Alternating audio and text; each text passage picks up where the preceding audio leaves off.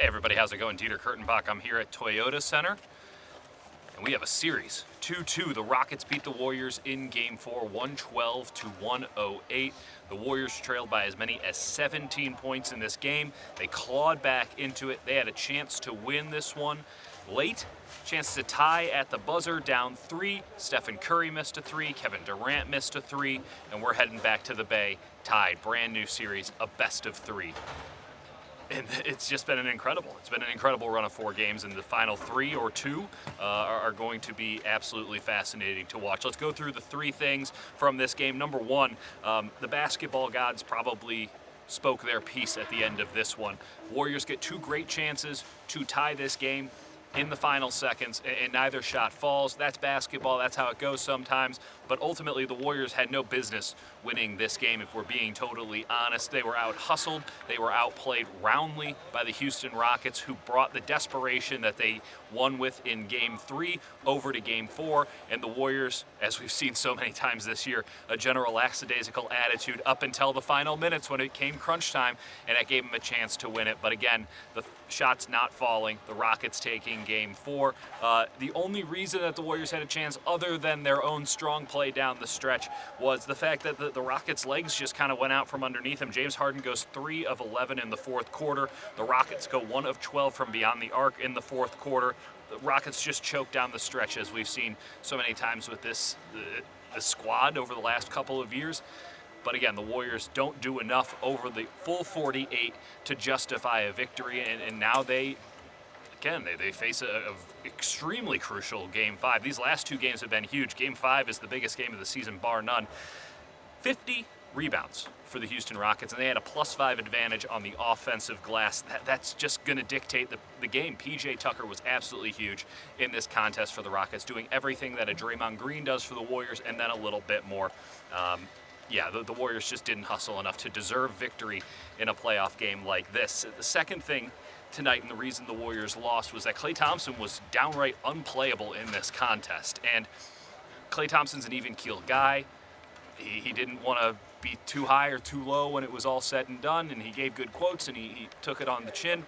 But he was terrible in this contest, and it highlighted the 3-point disparity between the Rockets and the Warriors in this game. The Rockets took 53 pointers. That is the NBA in 2019. A team attempted 53 pointers. They didn't make all that many. They didn't shoot a great percentage, but they made 9 more 3-pointers than the Golden State Warriors in this game, and that's just a really hard deficit to come back from.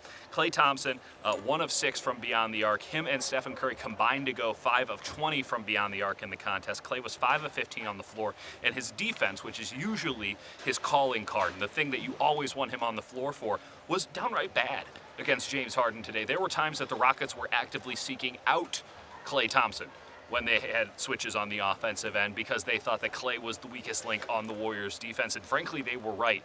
This is a game that Klay Thompson just has to flush down the toilet, but there is concern that he has not had a good series. And yes, there are a little bit of pace concerns. The Rockets want to slow it down. They're switching everything on defense. The Warriors are not getting into the motion because they're playing a lot of isolation basketball as the Rockets' defense dictates, as their pace dictates. And maybe this just isn't a series for Klay, but even if it isn't, he's getting opportunities to knock down open shots, and he's just straight up not doing it. And then he didn't even give a solid performance on the defensive end tonight. If that continues in Game 5, the Warriors will lose again. I guarantee that. Third thing, and again, this is a brand new series, best of 3. Warriors have home court advantage. We'll see if that's worth anything to them. And the big thing now is that the games will come every other day. There is no rest for the weary.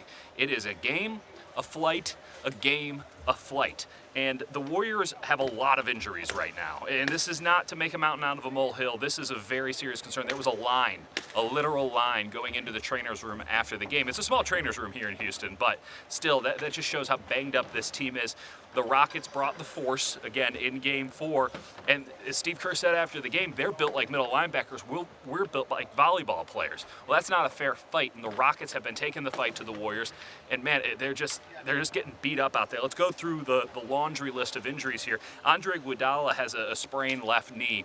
Chris Paul got him on the back of it late in this game. It's a really rough limp walking out of this arena, and knowing that they have a game in a day and they got to take a 4-hour flight in between, that is of big concern. We will be keeping an eye on it. He didn't want to talk about it. It's Andre Iguodala. He was cheeky about it, but man, that's a rough injury, and it could very well keep him out of Game 5 and beyond. Draymond Green is a human crash test dummy at this point, just getting beat up left and right. He was on the floor a lot in this game. He's been like this for a long time, but it's a war of attrition now, and the attrition is certainly getting to Draymond Green. He says he has to bring the energy in Game 5. How much energy can a man who's getting beat up like this bring? Kevin Durant has a bad elbow. This is something that he picked up in Game 3. Carried over. He was holding it a lot in Game 4. That's something to keep an eye on. It didn't hold him back in the fourth quarter. He was awesome, but it's just another ache, another pain, and it's something you have to keep an eye on with Kevin Durant. Steph Curry's finger is still gross looking. He dislocated it in Game 2. It looks nasty. It's not getting any better, especially now with a couple of games and a couple of days. And Klay Thompson's ankle has not fully healed. It was enough that there was questions if he would be able to play in Game 1 of this series. We've had that couple days off in between games 2 and 3. It's still bothering him. He's still limping around the locker room a little bit. It's better. It's not keeping him off the court or anything. It's not the reason for his bad performance tonight, but it's still an issue. The entire Warriors starting lineup has a lot of problems in the injury department, and they've now played 4 straight games with absolute max minutes, 5 if you include the game against the Clippers, Game 6 of that first round series. These guys are putting in major workloads night after night. This series, again, it's a war of attrition now, and the Houston Rockets are built for a series like that. And frankly, they're less beat up than the Warriors, despite the fact that they've been playing this kind of style, this taxing style, all year. They look like they're ready for this. This is where playing the Warriors in the second round becomes an advantage for the Rockets. They don't have an extra 7 max games on their legs. They fell apart in the fourth quarter, but again, they're playing really good basketball. They're taking the fight to the Warriors. They're going to bring it again in Game 5. I guarantee that. The Warriors need to bring it again.